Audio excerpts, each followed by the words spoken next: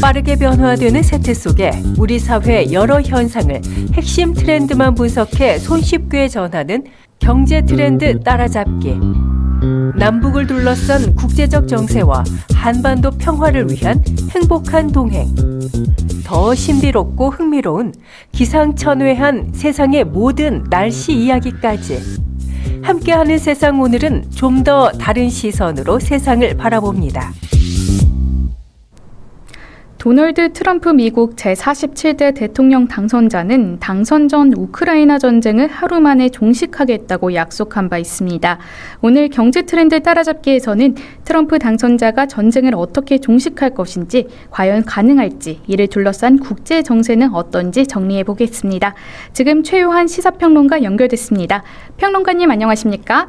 예, 반갑습니다. 최요한입니다. 네, 우선 현재 우크라이나 러시아 전황이 어떤 상황인지부터 짚어주시죠. 예, 한마디로 현재 상황은 땅 따먹기 혈전이라고 할 수 있습니다. 지금 도널드 트럼프가 다시 백악관 입성에 성공하면서 곧 전쟁을 끝낸다고 하니까 양측이 난리가 났어요. 그전에 조금이라도 더 땅을 확보하기 위해서 혈전을 벌이고 있어요. 사실 그 6.25 한반도 전쟁 중에서도 가장 큰 사상자가 난 시기가 전쟁이 일어나고서가 아니라 유엔군 측과 공산군 측이 1951년 7월 10일부터 53년 7월 27일까지 휴전협상을 벌였거든요. 이때 가장 큰 피해가 났었습니다. 그러니까 지금도 마찬가지라고 생각이 되는데요. 지금 2022년 가을부터 지금까지 거의 변함없이 교차 상태에 있는 것이 바로 남부전선인데, 이 경우 러시아가 훈련된 부대를 남부의 자포리지에 깊숙이 진입시켜서 방어선을 펼쳐놨고요. 러시아가 복속한 이 남부 지역과 이어진 동부전선까지 거의 우크라이나의 20% 정도의 땅을 차지했어요. 지난해 우크라이나가 대대적인 반격을 시도하다가 러시아군의 이 견고한 방어선에 막혀서 좌절된 뒤에 지금 남부하고 동부 쪽은 전황이 교착 상태입니다. 네. 교착 상태, 딱 저 치고 가지도 않고 딱 고정돼 있어요. 그런데 문제는 이제 우크라이나군이 쳐들어가서 빼앗은 러시아 본토 쿠르스크 지역이에요. 여기에 북한군이 갔다라는 것이거든요. 네. 그러니까 지난 8월에 우크라이나군은 전격적으로 쿠르스크 지역을 공격해서 이 지역을 빼앗았는데, 이곳이 전략적 요충지인 까닭은 이 쿠르스크 지역하고 모스크바하고 거리가 500여 킬로미터밖에 안 돼요. 그리고 이 쿠르스크 지역을 통해서 유럽행 천연가스관이 지납니다. 그리고 러시아 3대 원자력 발전소가 있습니다. 그러니까 굉장히 러시아로서는 매우 중요한 지역이에요. 네. 그런데 여기를 우크라이나한테 뺏겼어요. 그러니까 푸틴으로서 허를 찔렸거든요. 그러니까 2차 세계대전 이후 러시아 본토에서 이뤄진 첫 외국군의 대규모 공격에 푸틴이 당한 거예요. 푸틴으로서는 굉장히 자존심이 상한 겁니다. 이 지역이 한 서울 시내만한 면적이라고 하거든요. 서울 시내보다 좀 넓다 그러는가 뭐 그래요. 근데 여기에서 하여튼 우크라이나군이 러시아 땅을 뺏어버린 거예요. 그러니까 지금 외신 보도에 따르면 파병된 북한 인민군들이 바로 이 지역에서 갈아 넣어지고 있다. 뭐 이런 이야기가 있는 것이 슬프죠. 네. 특히 쿠르스크 지역에서 치열하게 전투가 벌어지고 있다는 소식 자주 들리는데요. 이번에 트럼프가 등장하면서 특히 전쟁이 격화되는 것 아닌가 하는 우려 있습니다. 그렇죠. 지금 젤렌스키는 그 푸틴의 급소를 치겠다라고 해서 쿠르스크를 확 갑자기 쳐서 획득을 한 거고, 자존심 상한 푸틴은 이거를 내주면 안 되는데 하면서 여기 빼놓을 수 없는 요충지이기 때문에 여기서 막 부딪히고 있는 거거든요. 네. 그러니까 이제 양측이 소강 상태에 있다가 대규모 공방전이 확 터진 것은 지금 막 치열하게 벌어지고 있다라고 하잖아요. 트럼프 2기 행정부의 출범이 현실화됐다. 이것이 굉장히 상황이 깊습니다. 제가 앞서 말씀드린 대로 트럼프 당선인이 내년 1월 20일 취임하면 바로 휴전협상 개입할 가능성이 큽니다. 그렇기 때문에 러시아와 우크라이나로서는 아니 세계에서 제일 큰 힘센 나라가 야 너네 그만 싸워 하면 못 싸우거든요. 네. 예. 그래서 남은 2달 동안 최대한 유리한 고지를 점령하기 위해서 대대적인 공방전을 벌일 수밖에 없는 거예요. 앞서 말씀드린 대로 트럼프는 우크라이나 전쟁에 대해서 미국을 위시한 나토 북대서양 조약 기구의 현재 방식, 그러니까 끝없이 우크라이나에 대해서 자금과 무기를 전폭적으로 지원하는 것으로는 전쟁이 안 끝난다. 이건 또 미국의 국익에도 손해다. 이거 선거 유세 때 여러 번 얘기했거든요. 그러면서 내가 당선되면 취임 전에 다 해결하겠다. 그리고 취임 하루 만에 전쟁 끝낼 수 있다. 이렇게 이야기한 겁니다. 그러니까 우크라이나에 대한 지원도 중단하겠다라고 얘기했어요. 물론 여기에 대한 구체적인 방법론은 제시한 적이 없거든요. 근데 이제 J.D. 벤스 부통령 당선인이 시사를 했는데 뭐라고 얘기했냐면은 크렘린궁과 우크라이나 유럽 관계자들과 미국이 협상을 시작할 거다. 아마 러시아와 우크라이나의 현재 경계선, 아까 말씀드렸던 남부와 동부는 딱 교착된 요 상태가 될 것 같아요. 그리고 러시아가 그리고 재침략하지 못하도록 강화된 비무장지대일 것으로 보인다라고 얘기했어요. 우리나라 저기 휴전선 여기 비무장지대 있죠. 네. 예, 남쪽에 2km, 북쪽에 2km. 그렇게 비무장지대를 만든다라는 거예요. 이 범위는 자세히 말하지 않았지만, 그러니까 우리 이 남북이 지금 2km, 남쪽 2km, 북쪽 2km 평균으로 그렇게 되어 있는데 여기는 어떻게 될지 자세히 말하지는 않았어요. 근데 현재 경계선을 언급한 것으로 보면은 아마 요렇게 트럼프 진영의 평화적 해결은 양측이 이렇게 대치하는 걸로 휴전하는 거 아니냐.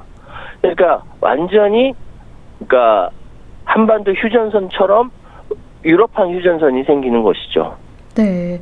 또 방금 전황 설명에서 러시아가 우크라이나의 영토 20% 정도를 복속했다고 하셨는데 이런 상황이라면 우크라이나가 현 상태에서 휴전을 인정할까요? 입장 바꿔 생각하면 절대 불가할 것 같죠. 네. 제가 젤렌스키라고 해도 절대 인정 안 할 겁니다. 멀쩡한 내 땅 20% 뺏겼는데 그거 어떻게 인정하겠어요? 이 상태에서 휴전하라고 하겠어요? 안 하죠. 그러니까 이제 트럼프가 본격적으로 1월 20일에 딱 등장하기 전에 죽어도 이 땅 내가 뺏길 수 없다라고 해서 지금 난리가 난 거예요. 네. 그런데 확실한 것은 트럼프는 이 우크라이나 전쟁을 끝내라는 의지는 확실하다는 것이죠. 지금 백악관 국가안보보좌관에 누굴 낙점했냐면은 마이크 왈츠 연방 하원의원을 국가안보보좌관에 낙점을 했어요. 이 사람이 육군의 특수전부대, 그러니까 그린베리 출신이거든요. 네. 그러면서 왈츠 의원이 계속 미국이 우크라이나를 지원하는 걸 반대했어요. 그런데 이제 지금 현재 알려진 대로 트럼프 종전구상은 러시아에 유리하다. 아까 말씀드렸던 대로 젤렌스키 절대 받아들일 수 없는 이 상황에서 휴전을 하면은 아마도 젤렌스키도 우크라이나 내부에서 엄청 욕을 먹을 거예요. 그런데 지금 트럼프가 무기 안 주겠다. 지원 줄인다는 건 무기 안 준다라는 거거든요. 네. 이 얘기는 트럼프가 지금 나토에서 계속 얘기했던 그러니까 안보 무임승차론. 야, 돈도 안 내고 너는 왜 미국한테 기대는 거야? 이 얘기거든요. 근데 미국이 우크라이나 지원 끝낸다면서 젤렌스키한테 무기도 안 줘, 돈도 안 줘, 뭐 아무것도 안 주면은 우크라이나는 전쟁 못 해요. 탈령하고 이민 폭증하고 난리가 날 거란 말이죠. 그런데 젤렌스키는 받아들이고 싶지 않아도 받아들일 수밖에 없는 현실이 도래할 수도 있는 거예요. 그러니까 비무장지대 설치되고 의료대응대 양측이 존재하고 완전 한반도 휴전선에 유럽판이 전개된다. 근데 20%인데 뺏겼다. 난리가 나는 거죠. 네. 말씀하신 것을 생각하면 현재 벌어지고 있는 우크라이나 전쟁에 대해서 조금 더 신중하게 생각해야 할 필요가 있을 것 같습니다. 요거는 제가 좀 더 말씀드리겠습니다. 러시아 우크라이나 전쟁이 처음 시작되었을 때부터 제가 우리 언론에다 일부에다가 여러 번 말씀드렸는데 지금 이 전쟁은 선악의 싸움이 아닙니다. 중요해서 다시 한번 말씀드릴게요. 이 전쟁이 선악의 싸움이 아니에요. 우크라이나가 약소국이고 강대국으로부터 침공을 당했고 우리도 예전에 그렇게 침략을 당한 경험이 있어서 심정적으로 마음은 쓰이지만 그건 이해합니다. 이건 선악의 싸움이 아닌 건 아니에요. 맞아요. 선악의 싸움이 아니에요. 맨 처음 시발은 어떻게 시작됐냐면 나토가 동쪽으로 진출하지 않겠다라고 미국이 러시아한테 3번씩이나 소련 연방 때부터 시작해서 3번씩이나 부인을 했어요. 대놓고 거짓말을 한 거죠. 네. 우크라이나가 나토의 편입 때문에 동쪽으로 진출하는 거거든요.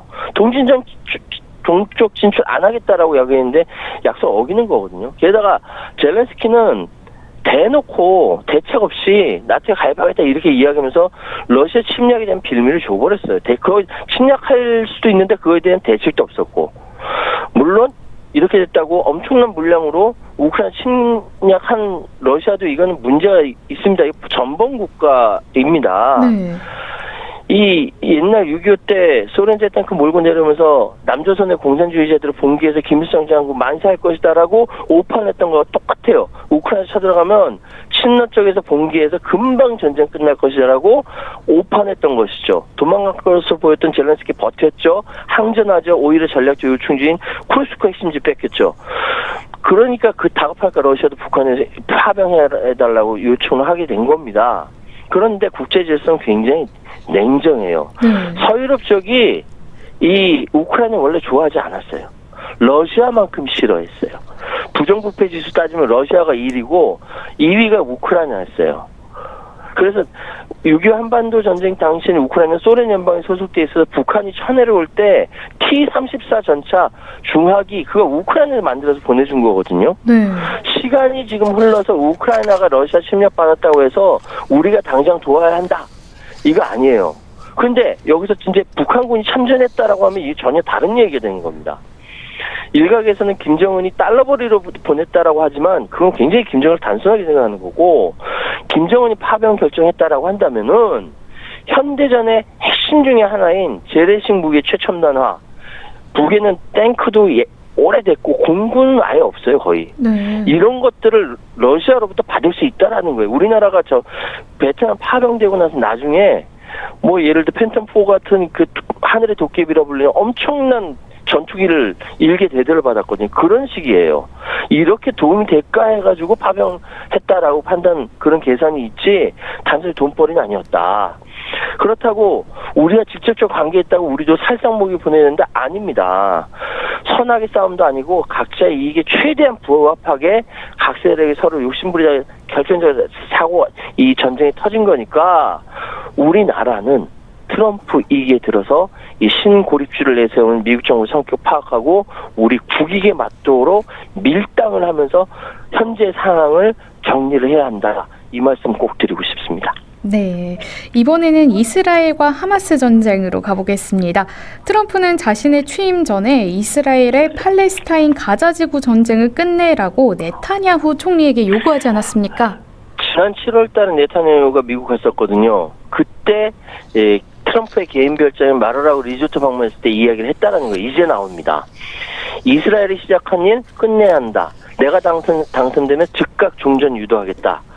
지금 무장정파 하마스와 진행 중인 전쟁에서 신속하게 마무리해라라고 얘기했는데 여기에는 인질기한도 포함합니다.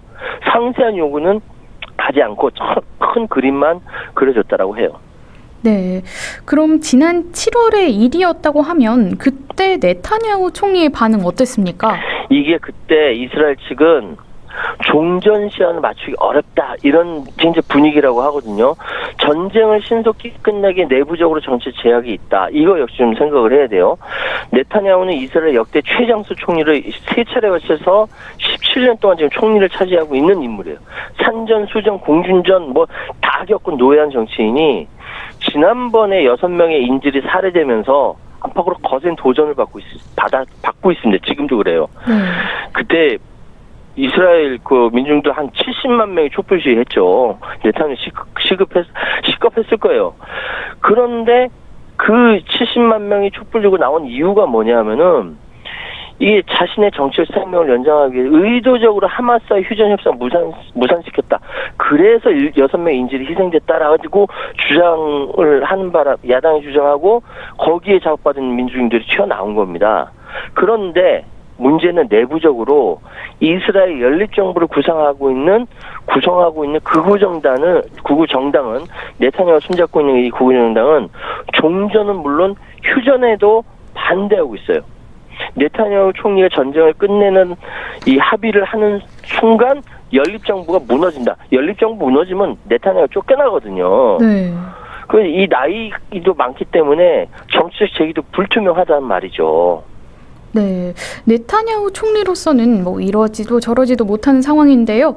한편 하마스, 트럼프에게 이스라엘을 압박해서 전쟁을 종식시켜야 한다고 요구했다고 하는데 어떻습니까? 하마스는 당연히 지금 트럼프의 성격을 전혀 잘 모르는 상태에서 빨리 지금 네타냐후 압박을 해서 전쟁을 종식시켜라라고 트럼프 당선인에게 요구를 하는 겁니다. 근데 이게 사실 누구한테 요구를 하는 거냐면 네타냐후 압박하는 거거든요. 네.